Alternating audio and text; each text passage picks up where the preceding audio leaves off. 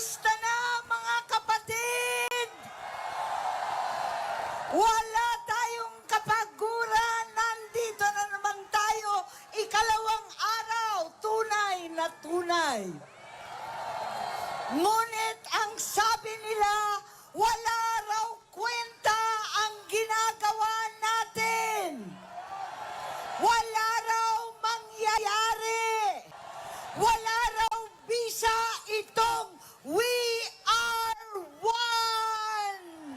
Ngunit dyan sila nagkakamali. Alas 7, aalis ang Pangulo patungong Canada. Areglado na daw tayong lahat. Wala na raw problema sa katarungan at katotohanan. Wala na silang pakialam. Bumiyahe na. Ngunit ako ay naniniwala na ang mapayapang protesta ay nakaukit sa puso ng bawat isa sa atin. Mapayapa man at walang imik yung iba, kasama pa rin natin dito sa EDSA. Kasama ng Iglesia ni Cristo.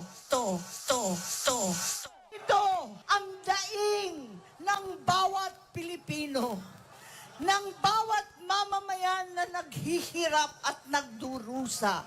Naniniwala ko na pakikinggan ng pagsamba at pananampalataya natin. Hindi kailanman natutulog ang Diyos. Ang Panginoon kasama po natin. Kaya't nais kong magpasalamat ng taus-puso sa mga nanguna nanindigan ang ating mga kapatid sa Iglesia ni Cristo. At anuman ang simbahan o paniniwala, samahan po natin ang ating mga kapatid dito. Nananawagan ako sa kauna-unahang kinulong, inapi, sinugod, KOJC. Sumama kayo alang-alang sa mahal nating Pastor Kibuloy. Sumama po kayo lahat ng ating mga Romano, ang mga Kristiyano at Evangelicals. Alam ninyo na ito ay tama. Ito ang tunay na katarungan. Umalingaw-ngaw ang inyong pastoral letter sa bawat sulok ng ating kapulungan. Alam natin na ito ang kinakailangan, transparency at hustisya. Sa ating mga kapatid na Muslim, punta na kayo rito. Hindi lang DDS ang welcome dito.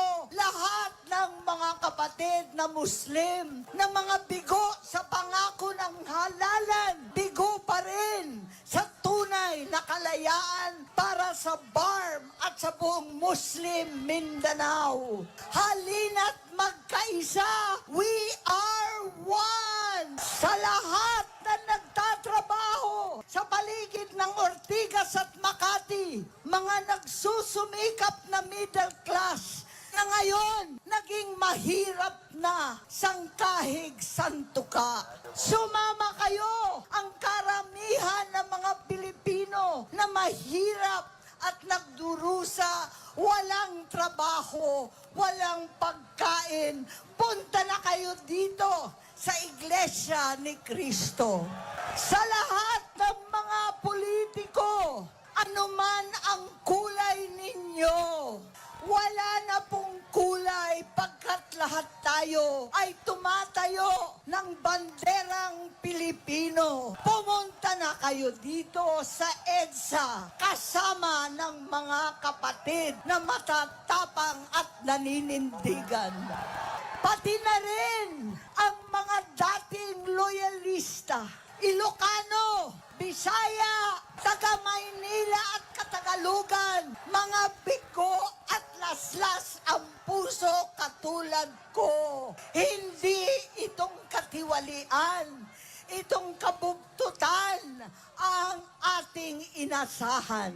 At tulad ng sigaw ng tatay ko, ng tunay at iisang Pangulong Marcos noon, dekadang nakalipas, we are one Philippines, isang bansa, isang diwa. Magkaisa tayo kasama dito sa pamumuno ng Iglesia ni Cristo.